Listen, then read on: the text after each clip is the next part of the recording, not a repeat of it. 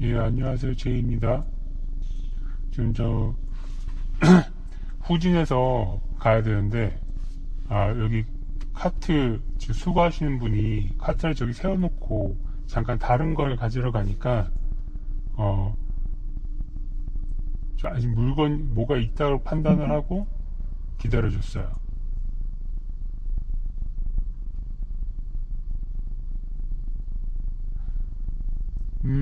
지금 한 18분 정도, 목적지까지 한 18분 정도 남는다고 그러는데,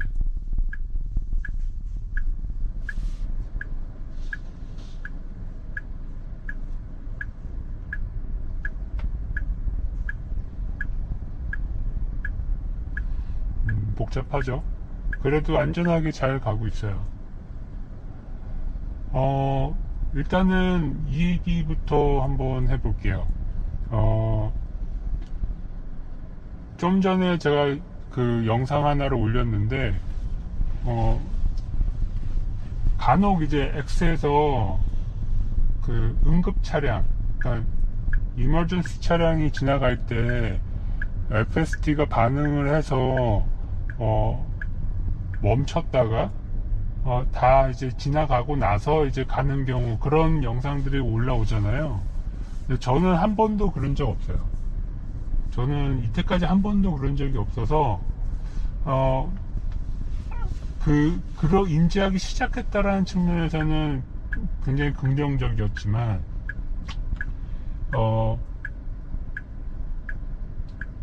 성공률 측면에서 아직 조금 남아있던 거죠.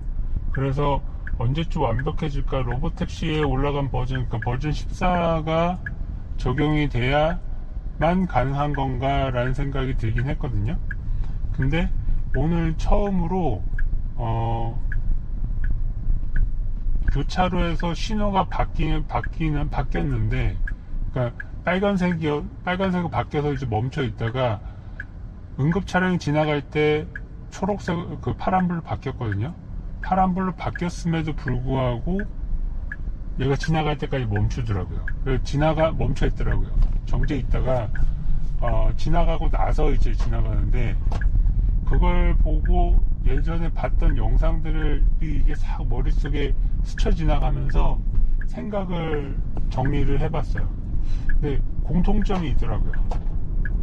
대부분이 마주 올 때 반응이에요. 그러니까 아직은 오디오 인풋이 들어가지는 않잖아요. 오디오 인풋은 어커밍 릴리즈 때 들어간다고 해서 그게 V14 때 바로 들어가 있을지 아닐지는 잘 모르겠지만, 그러니까 사이렌 소리만 듣고, 미국에서 사이렌 소리를 들리면 일단 기본적으로는 차들이 길 가쪽이나 적어도 자기 자리에 멈춰 있어야 돼요. 그 길을 터줘야 되니까. 근데 제가 소리 같은 13.2.9까지도 같은 소리에는 그 사이렌 소리에는 반응을 하지 않았었거든요. 그런데 마주 오니까 보이잖아요. 이게 특수 차량인지 아닌지. 그러니까 반응을 딱 했어요. 그래서 다른 영상들도 생각해보면 마주 올 때 반응하더라고요. 그러니까 보는 걸로는 이제 인지는 한다. 성공률이 몇 프로일지는 이게 워낙 자주 발생하는 게 아니니까 모르는데, 적어도 인지하고 반응한다는 명확한 것 같아요. 그건 명확하고, V14에서는 아마도 무인을 기본 지향점으로 가는 모델이니까 오디오 인풋까지 들어오겠죠. 들어오고 나면 성공률이 점점 높아질 거고, 높아지면 진짜 이런 이 특수 차량을 마주하는 케이스가 그렇게 많지는 않기 때문에 정말 그걸로 인해서 뭔가 개입해야 되는 상황이 발생하거나 그런 거는 확연히 줄겠죠. 네. 그래서 생각보다 알게 모르게 하나 둘씩 이 테슬라가 보면은 재밌는 게 FSD 이렇게 뭐 하다 보면 안 되는 기능이 있거든요. 안 되는 상황이 케이스들이 있어요. 근데 그게 우리 영상만 이렇게 보시는 분들은 사람들이 이제 이거 고쳐졌어요 하고 영상을 올리니까 그냥 순간 그냥 뚝딱 하고 고쳐진다고 생각하실 수도 있는데, 그냥 제가 느끼기에는 이런 거예요. 자기도 모르게 이 사용하는 사람도 모르게 알게 모르게 하나둘씩 이렇게 뭔가 변화가 들어가요. 왜냐면 계속 훈련해서 그 모델링을 강화를 하니까 그 변화에서 이렇게 되는 거죠. 처음에는 아예 100% 안 되던 게 어느 순간 한 30% 인지만 되고, 인지돼서 한 10번 중에 한 3번 성공할 정도? 그 다음에는 10번 중에 5번. 그러다가 이제 그 다음에는 막 10번 중에 막 9번, 10번. 이런 식으로 발전을 해요. 그러니까 이게 훈련, 트레이닝의 힘이라는 게, 그 다음에 엣지 케이스가 많이 쌓이면 쌓일수록 그게 그 모델링을 구축할 때 그 데이터의 양이 어느 정도 비중이 가면 갈수록 그 모델링에 더 정확하게 녹아 들어가는 거죠. 이거는 일종의 우리 생활 속에서의 물리적 역학관계를 어찌 보면 공식화해서 만들어 놓는 거잖아요. 모든 물리세계의 설명이라는 게 다 그런 공식화돼서 설명을 하는 거잖아요. 여러 가지 실험이나 이런 것들 반복함에 의해서 우리가 그걸 알아내는 거죠. 근데 이것도 마찬가지예요. 그런 걸 알아내려면은 실험이라는 거는 많이 해봐야 우리 근사치들을 다 연결을 해가지고 뭔가의 하나씩을 만들어내는데, 이것도 많이 주행하면 주행할수록 많은 케이스를 겪으면 겪을수록 이제는 그런 케이스들을 갑자기 용어 까먹었는데, 어떤 케이스들을 시뮬레이션 해가지고 그 케이스를 여러 케이스를 만들어서 훈련할 때 인풋 집어넣어 버리면 비중이 커지니까 그 부분도 모델링에 담겨지겠죠. 그러니까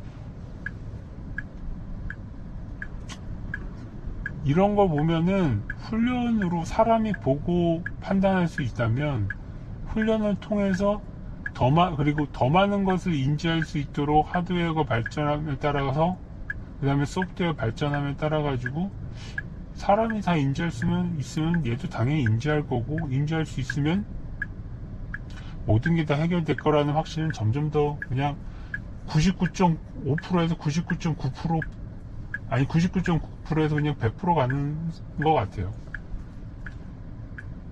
그리고 또 하나가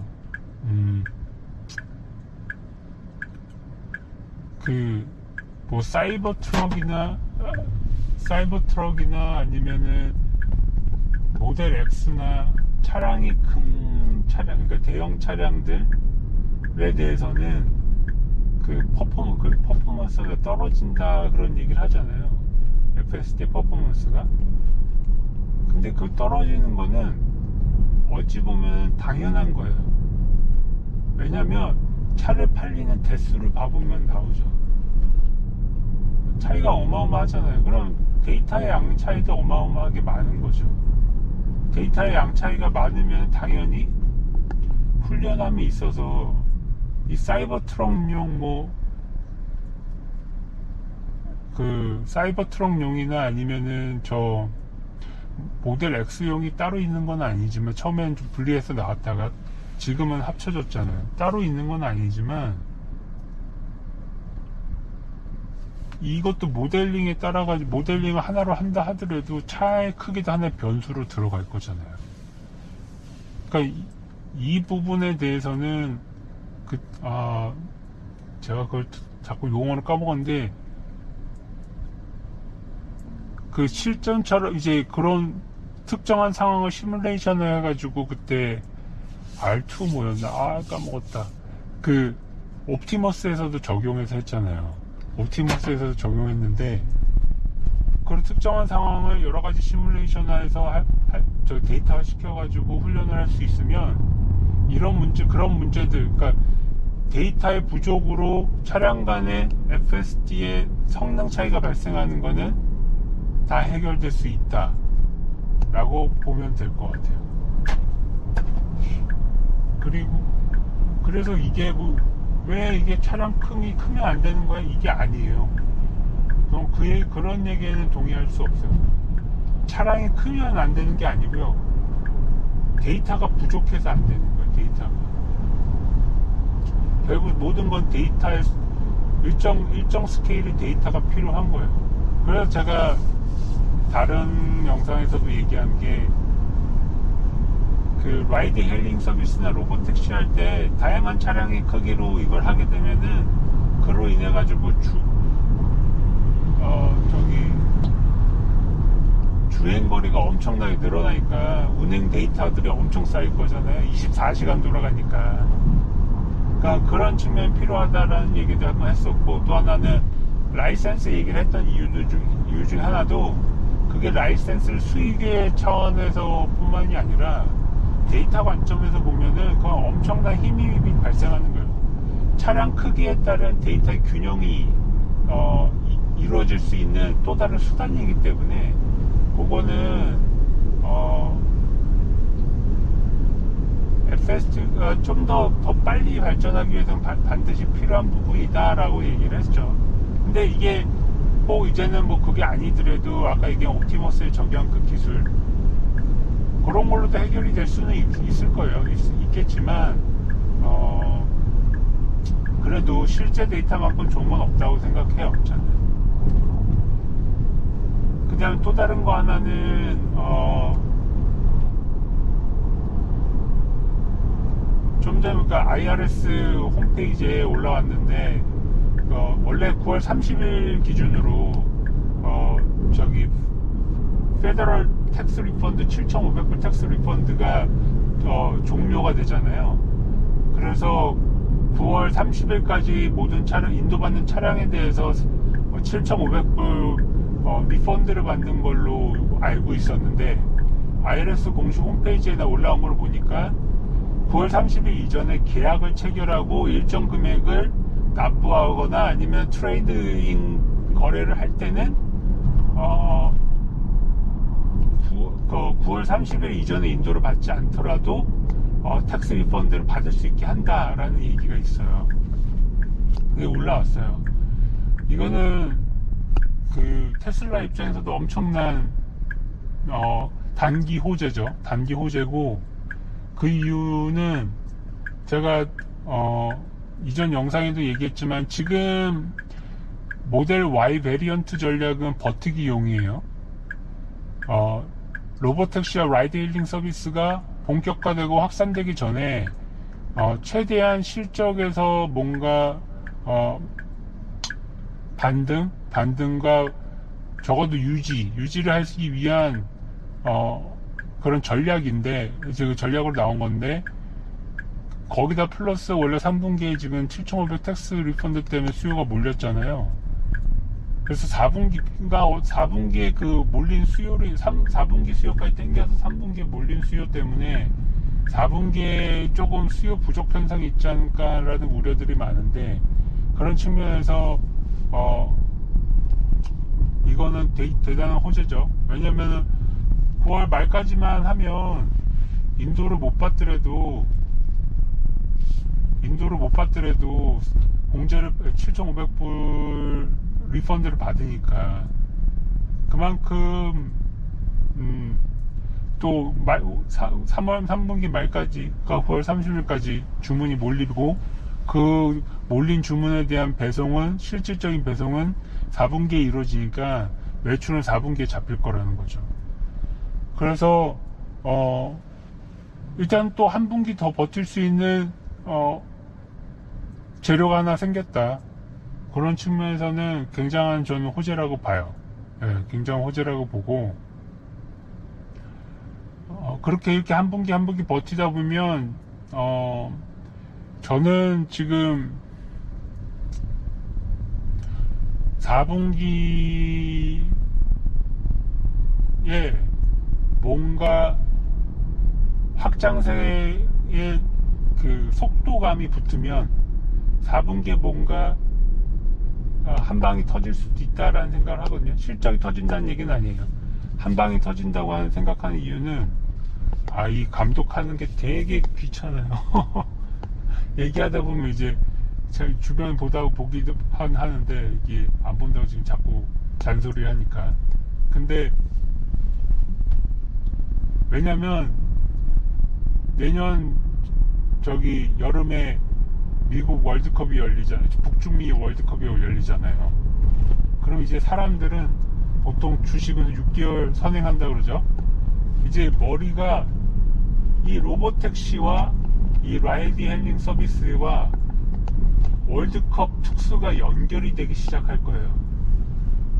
둘이 연결이 되는 순간 이게 뭐냐면 실적도 실적이지만 이거에 의한 사람들이 체험, 그러니까 로보택시를 체험함으로 인해서 그 다음에 로보택시를 체험한 후에 이게 내 차에서도 내가 테슬라를 갖고 있으면 내 차에서도 할 수 있구나 라는 생각이 드는 순간에 이거 어마어마한 홍보 효과가 발생하면서 신뢰를 주게 되죠.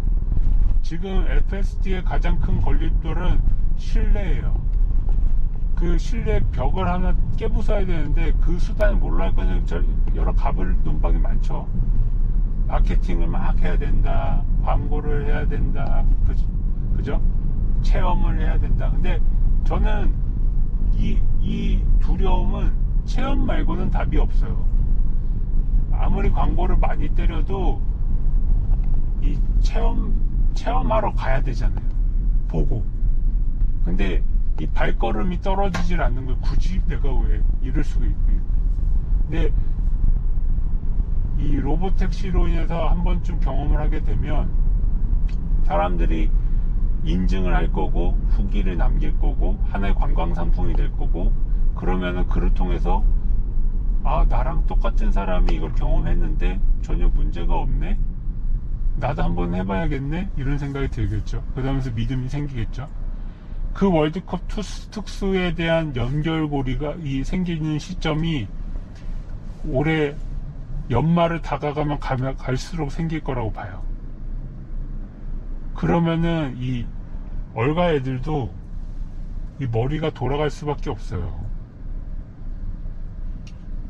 머리가 돌아갈 수밖에 없고, 그러면은 이 확장성과 안정성이 점차 검증이 되면서 월드컵 특수와 연결이 된다? 재밌을 것 같아요. 예, 재밌을 것 같아요.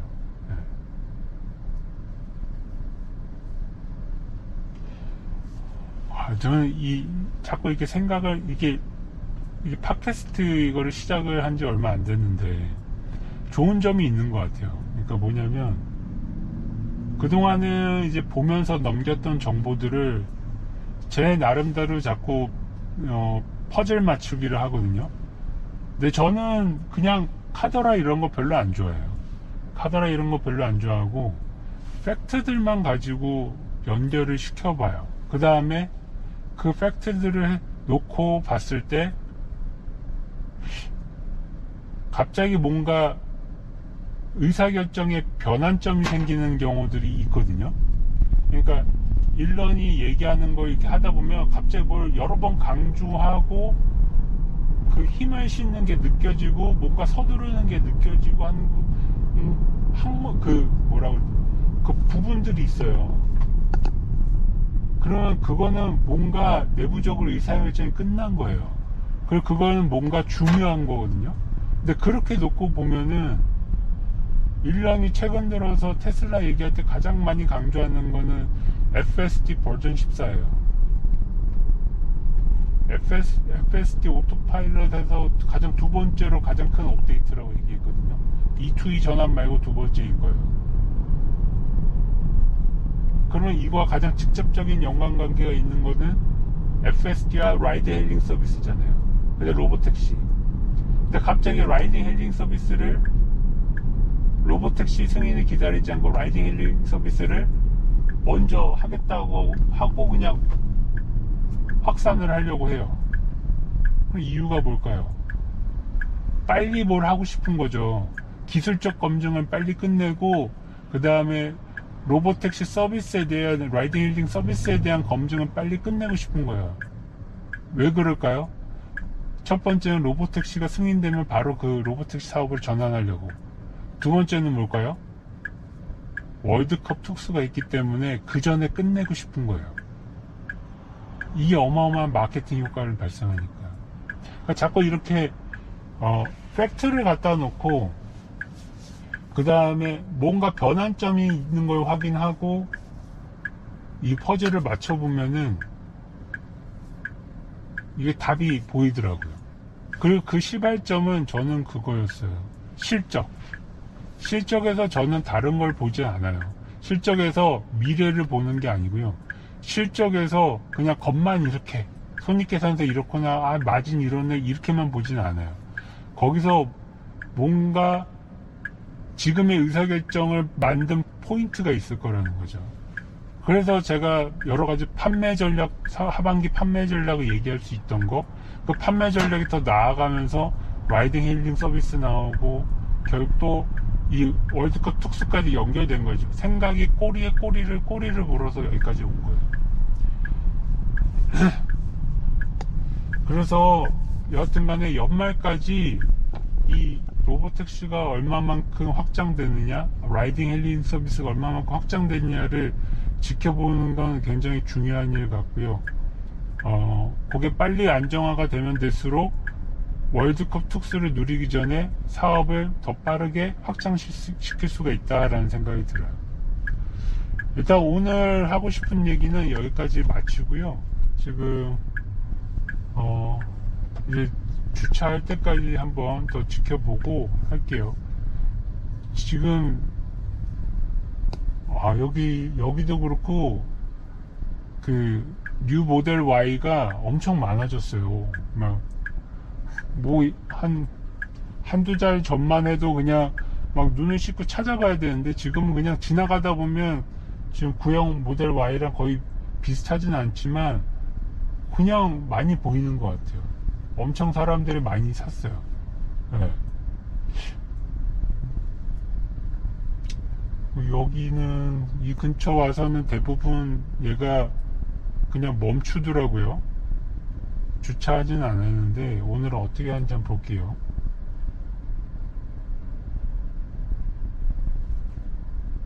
왼쪽에 사람이 오니까 잠깐 이렇게 혹시나 앞으로 지나갈까봐 속도를 줄인 거예요. 보통 여기서 멈추더라고요. 이제 주차하고 일단 방송은 여기서 마치겠습니다.